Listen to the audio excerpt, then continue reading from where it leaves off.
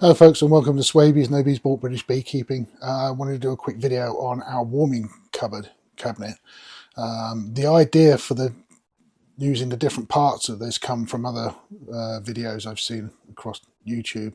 I've just put some of those ideas together and a few of my own, and I've come up with this, and it actually works really quite well, so I thought I'd share it.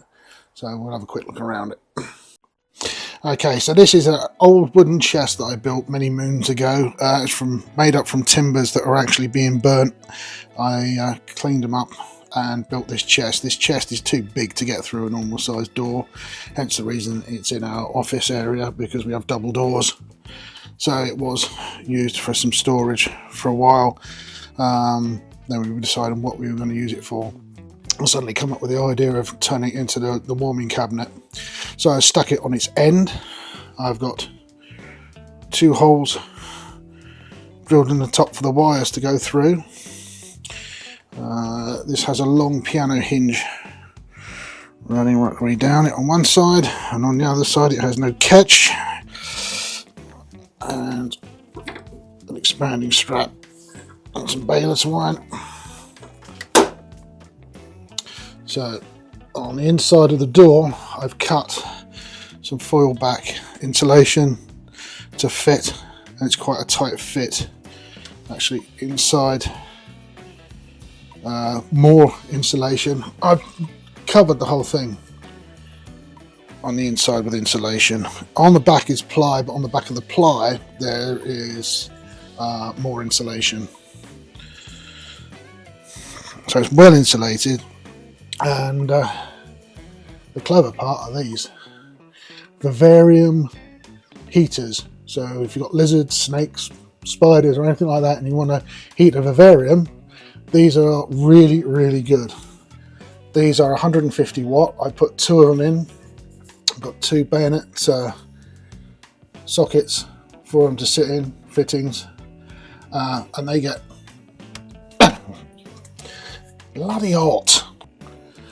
Okay, so we've got two vivarium heaters in here, both 150 watts, as I say.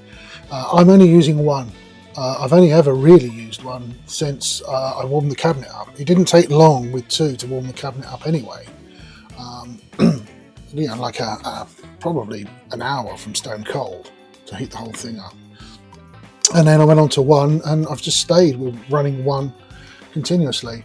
The fan I used to circulate the air, I started off with one of these, desktop fan, USB. Didn't work very well. Got through two of them in the space of a week.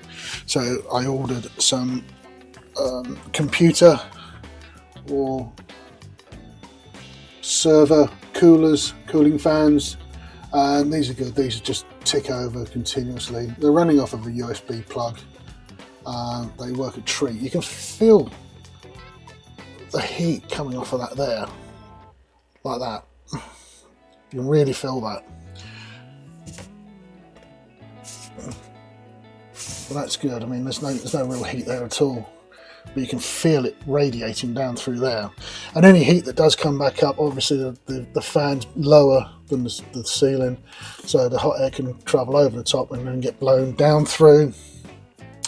I put one in each corner, but like I say, I only use one.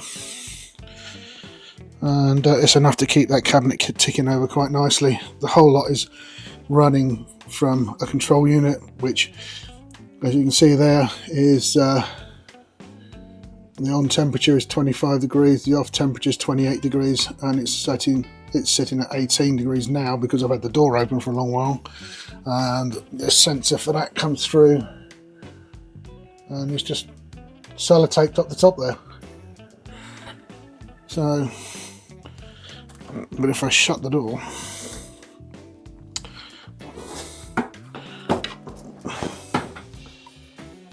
you see it won't take long for it to start to actually increase. I'm not going to hold this here forever because there it goes. It is very quick. It has to be said, it's very quick. So yeah, anyway, that is how we are keeping our honey warm and decrystallizing buckets and things. He says like he's got buckets to decrystallize. My wildest dreams. Right, thanks for watching. Bye bye.